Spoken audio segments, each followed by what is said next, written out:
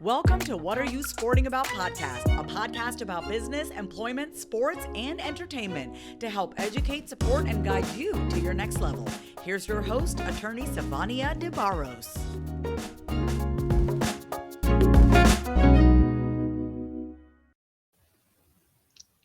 Hi, everybody. It is Sivonnia DeBarros, the protector of athletes, also the licensed attorney for the SL DeBarros law firm, also the founder of that firm, and the author of two best-selling books, What Are You Sporting About? And the new Athletes Making Moves. If you have not seen or heard about this new release, make sure that you go over to athletesmakingmoves.com right now to get your copy.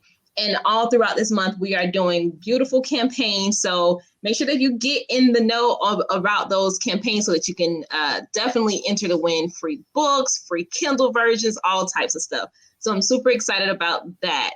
Now, without further ado, I have Dr. Micheal Jones. Some of you may know him as Coach Micheal Jones on this call today. And I'm super excited because we are going to be talking about faith. And for some people, also basketball. So that may marry two of folks' favorite things. So I'm super excited about it. Let me introduce him to you guys who don't know him. So he is a head men's basketball coach at Pasco-Hernando State College, also a psychology instructor.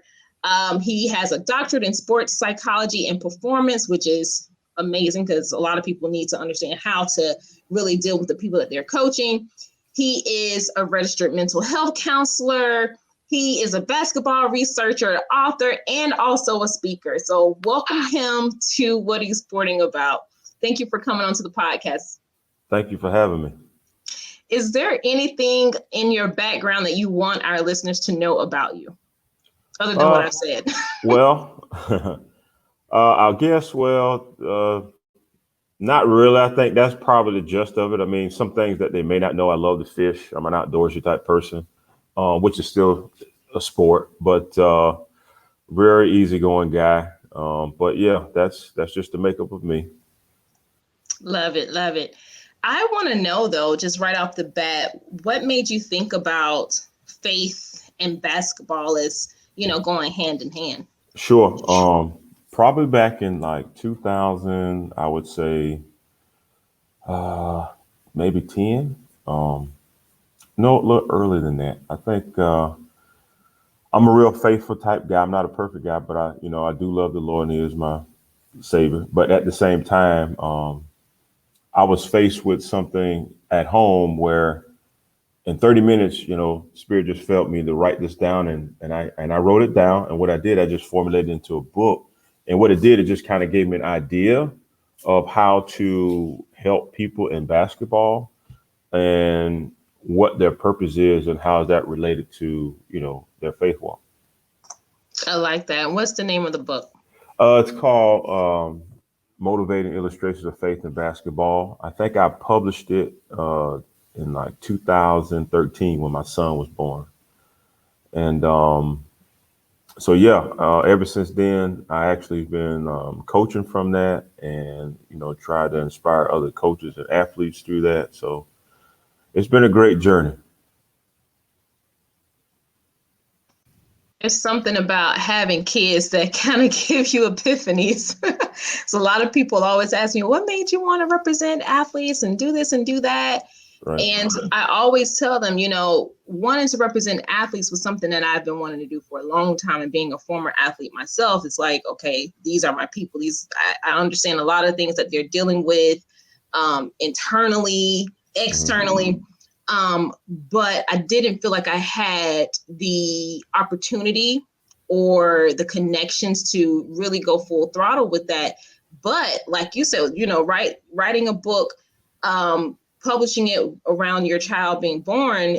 When I had my son, that year for me was like a wake-up call, because now you're in uncharted territory. That you're going to have to shape another human. And it's just something about like just being fully awakened around your gifts or you understand what I'm saying? Like any challenges that you may be facing, because it's like, what am I going to tell this child about following their own dreams, or even believing that you can do anything in spite of, right? Exactly. That's awesome, man. So tell me kind of like what motivated you even in that time to publish this book. You said that you were going through some things. Oh, yeah. Yeah. Absolutely. One of the things, I'm from a small town called Brooksville. It's a rural town. So, growing up in the 80s, you worked and you played sports. So, and when you did it well, because that's all you did. So at the same time, as I grew, as the more I played sports, the better I got at it. So, I went through life, kind of, I won't say coasting with sport, but sports came easy because that's always something that I did. So I never been cut before. I never had to be removed from a team because I was so successful at it.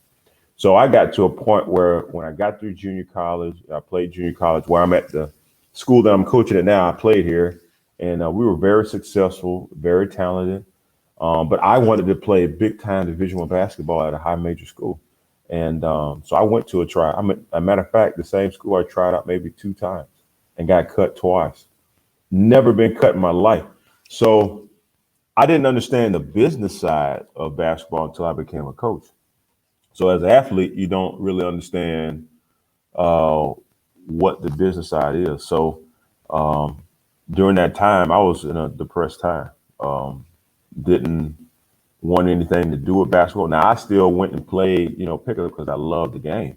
But I knew where I wanted to be, and I couldn't be there. And that was very disappointing for me.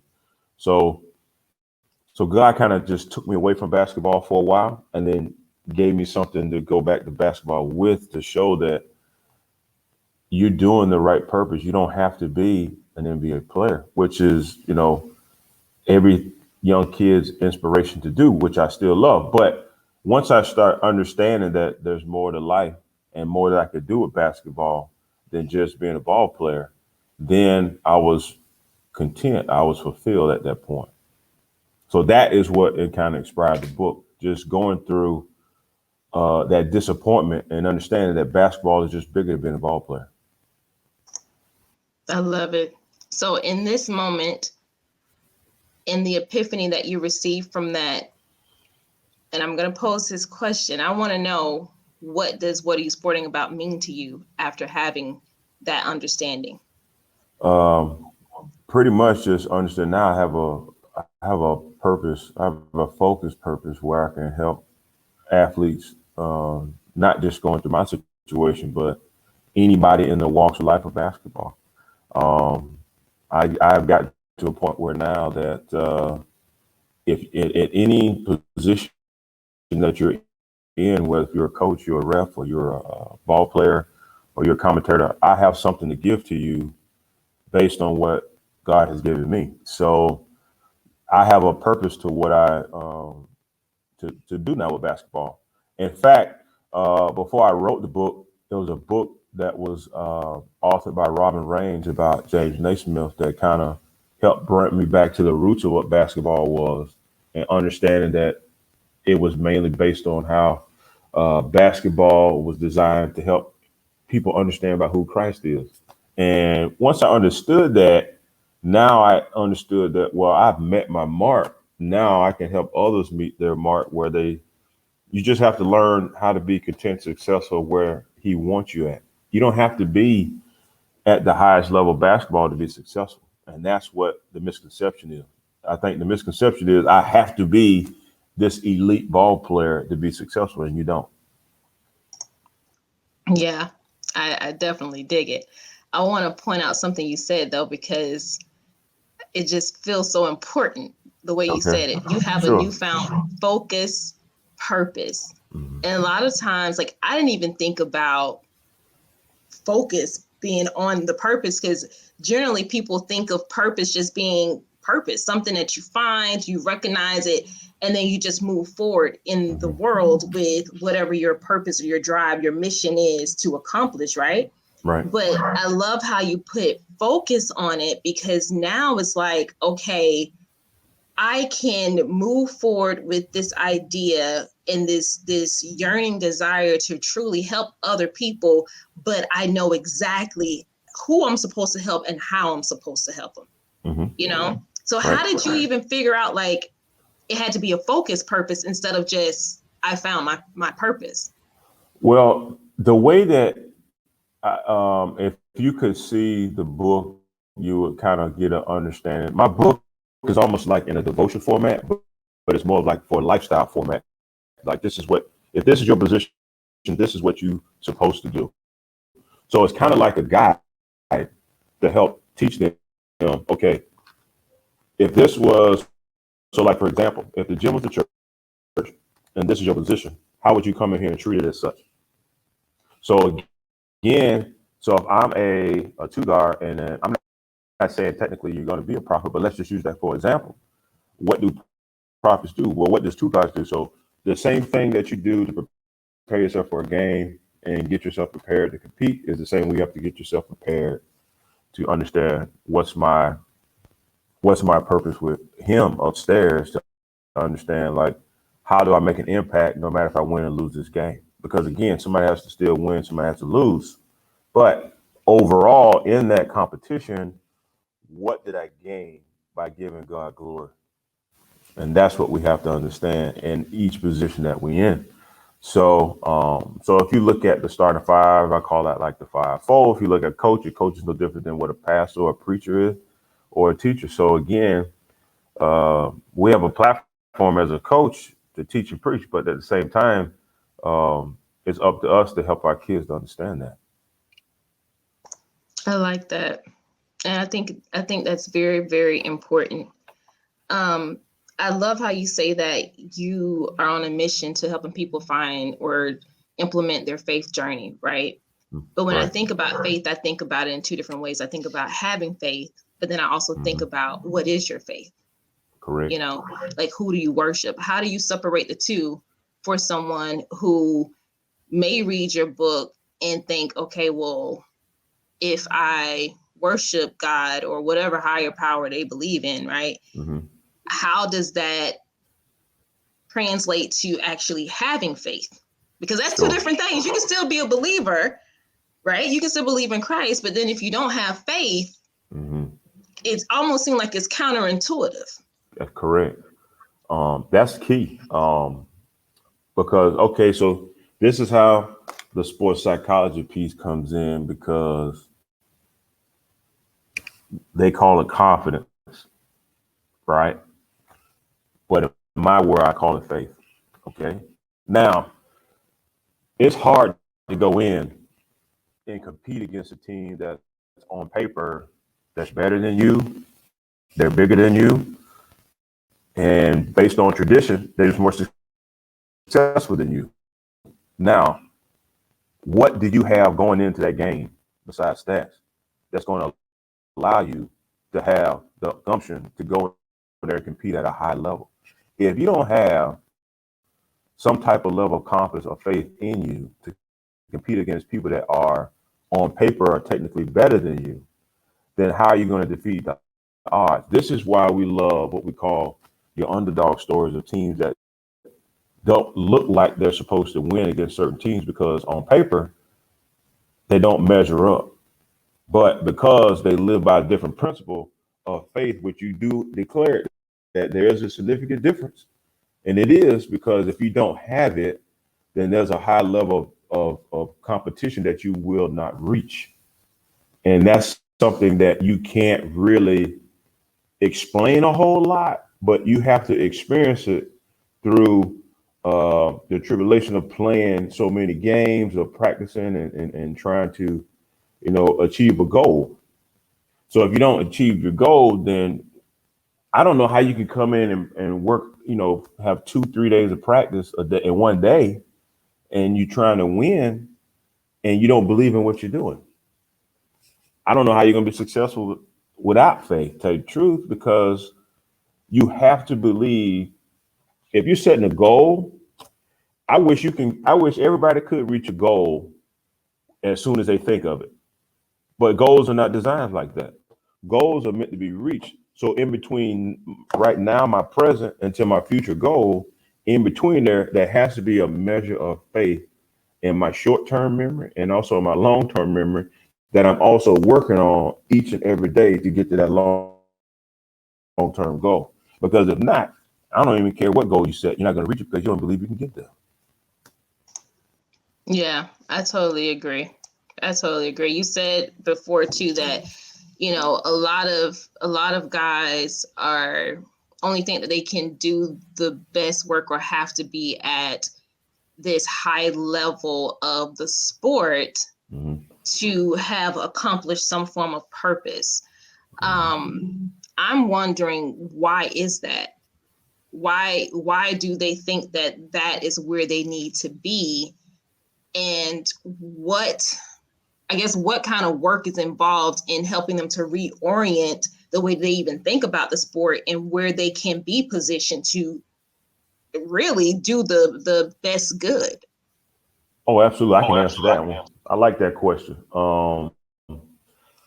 I've actually have formulated some type of thought. I don't have the actual like documentation, but I know for a fact I can predict that. Well, we already know there's only 1% chance that an athlete is going to be a professional athlete, right? And then academically, we know that 60% females are going to graduate from college versus the 40% males that's going to graduate from college, right? So I got a better chance of getting a college education than I do being a pro athlete, which they have studies on. So if you look at it from that perspective, when it comes to me being a pro athlete versus me being a coach or official, I got a higher percentage of being a coach and an official and probably make more money than I do as a professional athlete. So when you talk about getting this new generation of athletes to understand how can I make an impact and don't have to be at the highest level, well, you can do it as being a coach or a ref or any other capacity in that sport. Because if it's really based on the dollar amount, and if they took the money away from those professional sports, would you still love it the same? Because now you got to figure out, well, what's my motive? Am I going because I love it and that's what I want to do for a living? Or am I only going because I can make so much money doing that? And to be honest with you, you can do a lot more things with your sport than just being a high performing athlete. Because again, we're not machines. I wish I could play ball for the rest of my life, but there's a thing called father time that you just can't keep up with, and you have to transition into something else. So just getting back to your question, like, I think that if we can really push for young men and women to be more coaches and more officials, they'll be a lot more successful and show a lot more percentage of being successful in a high level in that than trying to perform. Yeah. And I also think that sometimes, although athletes work themselves so hard to reach those professional, plateaus, those levels, that it also takes a lot away from them in terms of the love that they did or used to have for the game, because now there's so many additional pressures that are put on the athlete, and often the personal side of the person is lacking and it's not developed. It's all about what I have to do to make the dollars to handle whatever outside issue is happening around them. So I do like and appreciate the fact that there are other ways that athletes can utilize the talents that they have, even if you're not an athlete. Like, your purpose, that may be something that you want to do. And I always tell people, if you've read What Are You Sporting About, a lot of people know now that I've always wanted to be an Olympic athlete. Sure. That didn't happen, and so faith, the belief part of faith, is one of those things where you really should be constantly asking for understanding, guidance, and putting me in the place where I'm supposed to be, not necessarily a place where I want to be, because when you're in the place where you want to be or where you put yourself at, it may not always work out the way that you want it to work out, right? That's right. Yeah.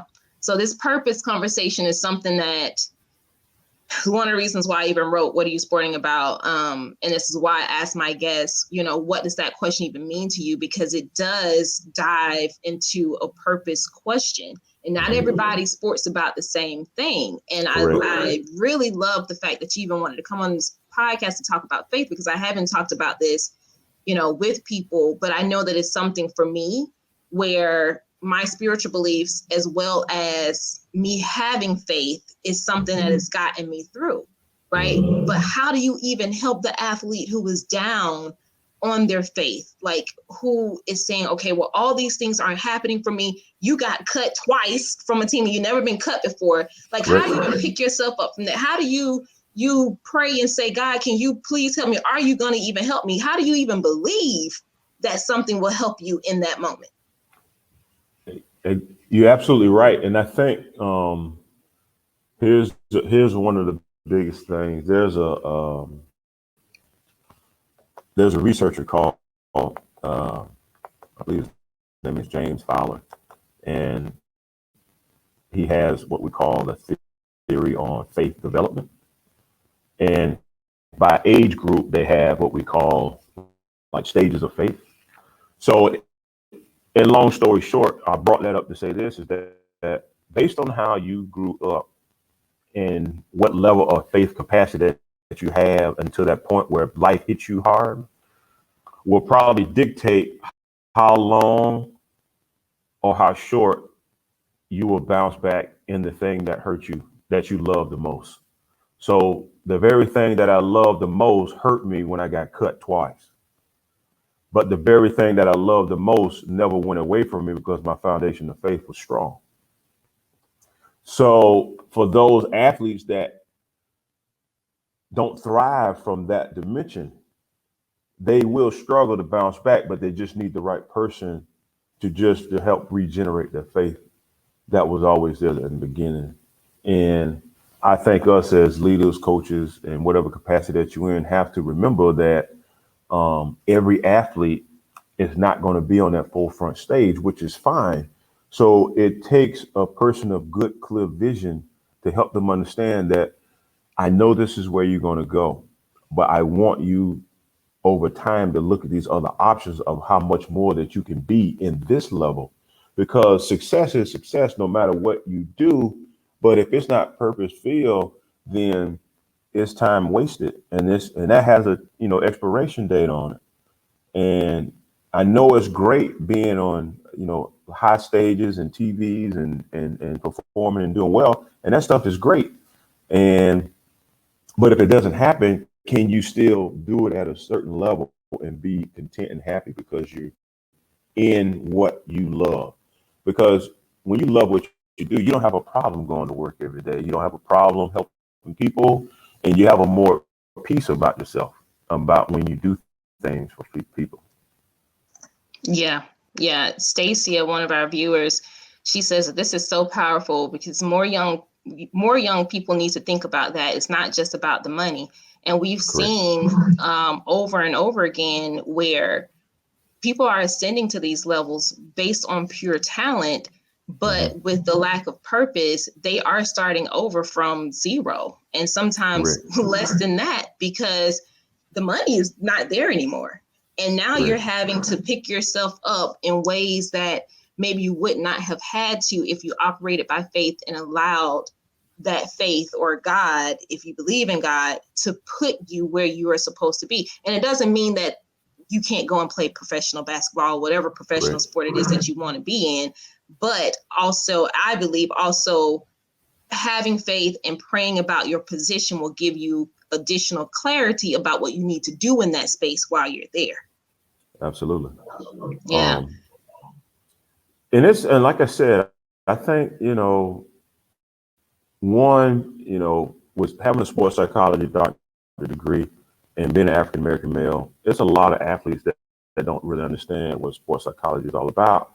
And the faith piece to it is my unique thing with it, because there's a lot of faith components that they don't like to address because it's not technically researchable of evidence that they have in the past, but confidence is no different than faith. So, helping young athletes understand, you have to have some type of hope in yourself of competition, no matter if you win or lose, can you still, bounce back? If you get injured, do you have enough faith in your capacity of faith to bounce back? If you get cut, do you still have enough faith in your capacity to move forward?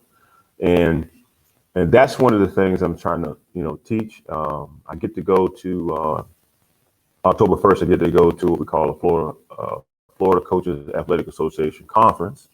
So I get to speak to coaches across the state of Florida in 2 weeks. And these are some of the conversations that I'm going to have with them, and to help address, issues that we see now with basketball. You see a lot more mental health issues. You see a lot more athletes that need to take mental breaks because they've been too stressed out with, training. And we as coaches have to be sympathetic and have some empathy with those athletes to help them understand, to help them bounce back. Because if we're like old school and we're taught old school, and I was taught old school, we can mistake that as weakness. But the truth of the matter is that they need a mental break because they're mentally breaking down. And sometimes we mistake that. Yeah. And then there's also that mental health component of pride, where Right. some athletes don't want to ask for help because they feel they will be shunned and ridiculed, ostracized, all types of things. And really, that it shouldn't be that way, because now you will be dealing with way more issues by carrying all of that by yourself. I want to show what Stacia said. She said that we need more coaches and more officials of color too. They can make a great impact. And I think that comment really touched on what you were saying about being a coach of color and a person of faith. And I know, that especially in the Black community, faith is something that we've held on to for centuries and generations. So it's literally a part of our walk of life, although it's something that may not be researchable, like you said. But this also, I believe, is a way that we can reach more athletes and help them to build better confidence or faith in the area of sport, and so that they can figure out exactly what they need to do for themselves to find their purpose and to operate in the space that they're really supposed to be in. Mm-hmm. Yeah. And I put the link in the comments. I will also make sure that I put the link for your book on the posting for this podcast, guys. Make sure that you can go to Amazon.com and get Dr. Jones's book called Motivating and Illustrating Faith in Basketball. This is going to be amazing if you are somebody who is trying to figure out the pieces and put them together and figure out where you need to be and why things aren't happening the way that you want it to happen. This will be a good guide for you to really take a new leash on to life. Dr. Jones, are you on any social media? And if so, where can people connect with you at? Yes. I have Facebook, I have Twitter, and I also have LinkedIn and Instagram. I believe for my Twitter is THCF_basketball for Twitter, and I think it's the same for Facebook and LinkedIn. Hey, guys. Go ahead. And yeah, so if you want to go there, I always post information on things that I'm doing, things that I'm working on. Sometimes I'll put like basketball poetry on there if anybody goes back and look at it. Again, that's just, another unique thing that, what more can I do with basketball than just competing?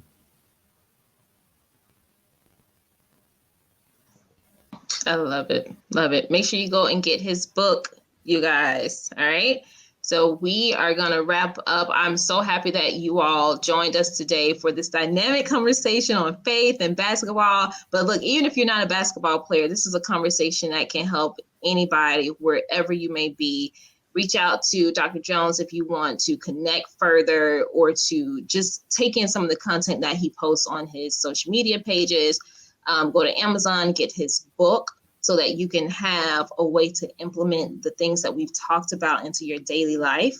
Again, I am Sivonnia DeBarros, protector of athletes. To supplement all of this faith talk, make sure you go to prosportlawyer.com and get our book, What Are You Sporting About? A bestseller to help you really figure out and find your purpose and kick that pro-victim personality. And check out Athletes Making Moves, especially for our student athletes, so that you can dominate name, image, and likeness like a boss. Until next time, I will check you guys later. Ciao. Thanks for joining us this week on What Are You Sporting About podcast. Make sure to visit our website, prosportlawyer.com, where you can subscribe to the show in iTunes, Stitcher, or whatever your favorite platform is, so you'll never miss a show. And while you're at it, if you found value in the show, we'd appreciate a rating on iTunes or iHeartRadio. Or if you'd simply tell a friend about the show, that would help us out too. If you like the show, you might want to check out our book, What Are You Sporting About? Attorney Sivonnia DeBarros is available for private consulting at sldebarros.com. And remember, we're here to educate, support, and guide you in your journey to success, because we're all sporting about something.